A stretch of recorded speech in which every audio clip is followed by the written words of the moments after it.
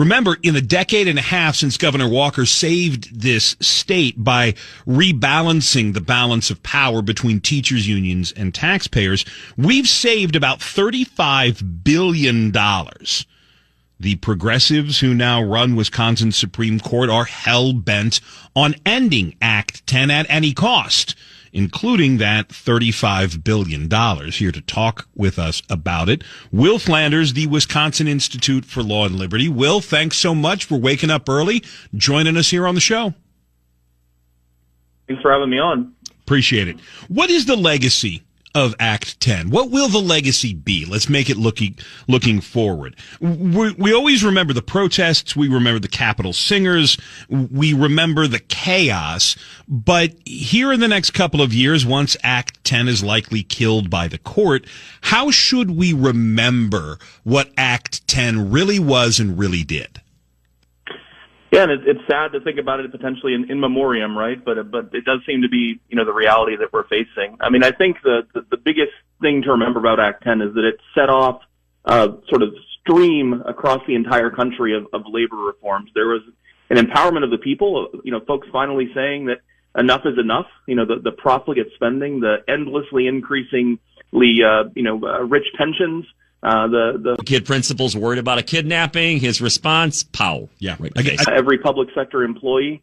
That's not right. That's not the way the rest of us who live in the real world have to deal with things. So, the legacy is that, other states took Wisconsin's lead and ran with it and did their own labor reforms.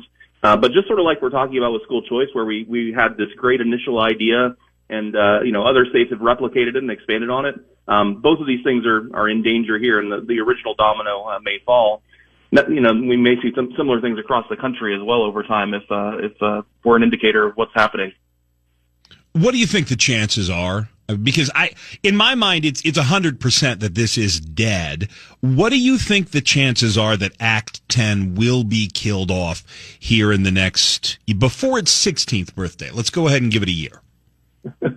Yeah, I mean, I think that if the court were to decide to, overturn Act 10, it's going to be a purely political decision. The argument in this case is a pretty strange one. It's essentially saying that, not enough people were included under Act 10. So, for instance, the state police force was not included in Act 10. The argument by the folks making this claim is that that's an equal protection violation. So one solution would be to go back and sort of add some of those folks into Act 10, and then the case would be mooted. I don't think that's a possibility with the composition of with the governor we currently have. So because this is going to be decided purely on political grounds, the best hope is to convey just how devastating this would be to school districts, to local governments, and to taxpayers around the state if this were to go away. You mentioned the MacGyver finding of over $35 billion in savings.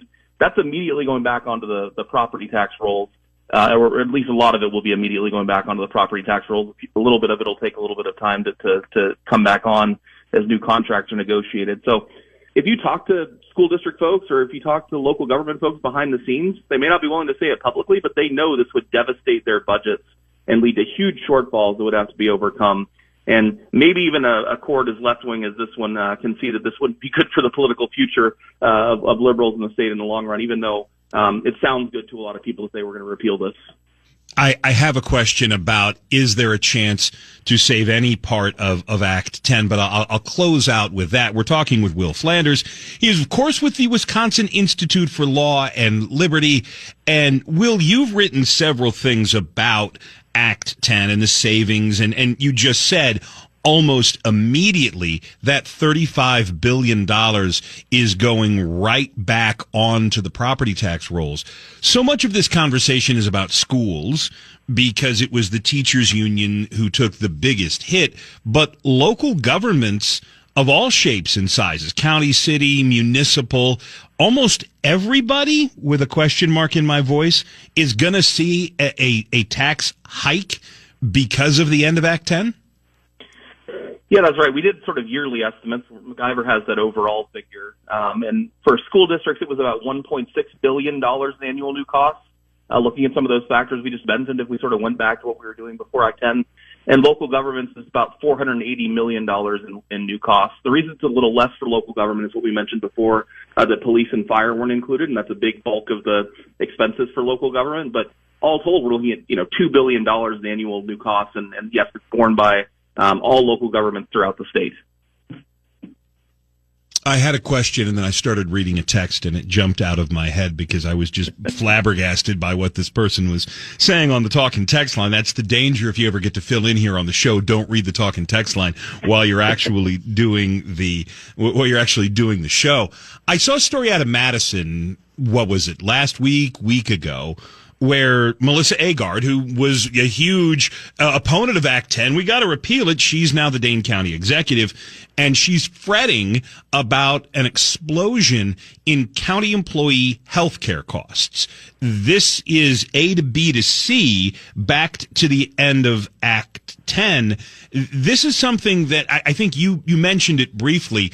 There are a lot of Democrats who are local government leaders who don't like Act 10, but behind the scenes, they should love Act 10 because it's allowed them to waste government money on other stupid ideas. Now all of those feel-good programs are going to go away because all of that money is going back to the employees. She's not going to be the only one, and healthcare costs are going to be one of the biggest places that are impacted by Act 10. I guess I should find a way to ask a question. Will she be the only one, and will healthcare be the biggest place where you're going to see the impact?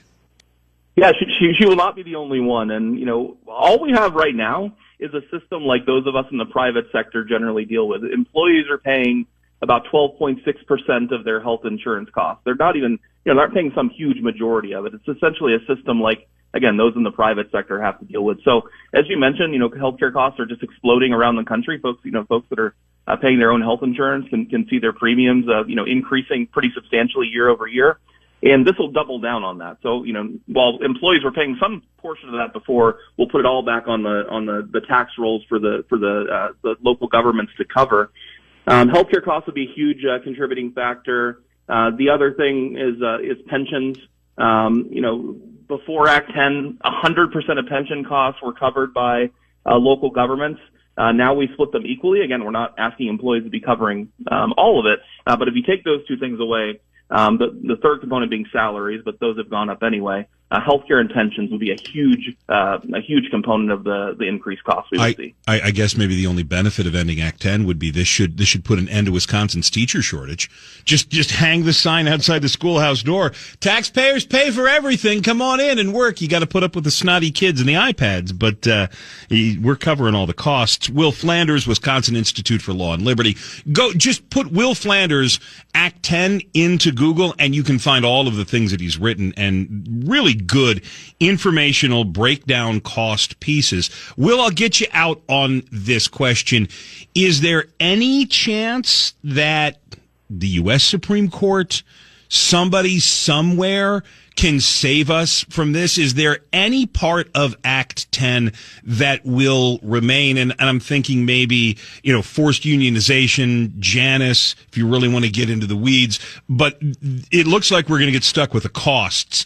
Is there any part of the Act 10 reforms that may be saved from this progressive Supreme Court here in Wisconsin? Yeah, I think that you mentioned the best potential component that could be saved. So we have a federal, Supreme Court ruling at the national level saying that folks can't be forced to pay union dues for political purposes in Janus. It would be it would lead to a challenge immediately, because if we repeal Act 10, some of those things go back into force. So there is the potential for something at the federal level. Probably should leave that to our attorneys on staff to say exactly what that would be. But the stuff that's related to Janus at the national Supreme Court level is probably the best hope for a savings, or for a part to be saved. But again, a lot of those costs would still go back into place, unfortunately. Yeah, we're screwed on the money, but the bigger issue, right to work, maybe. And look, never underestimate this progressive court's ability to go way too far. We saw that with the Catholic Charities case where they are so hell bent to get Scott Walker that they may cause themselves a problem. But 15 years. Don't think it makes 16. Will, I appreciate it. Thank you so very much, man. Thanks for joining us here on the Benjamin Yount Show. Thank you.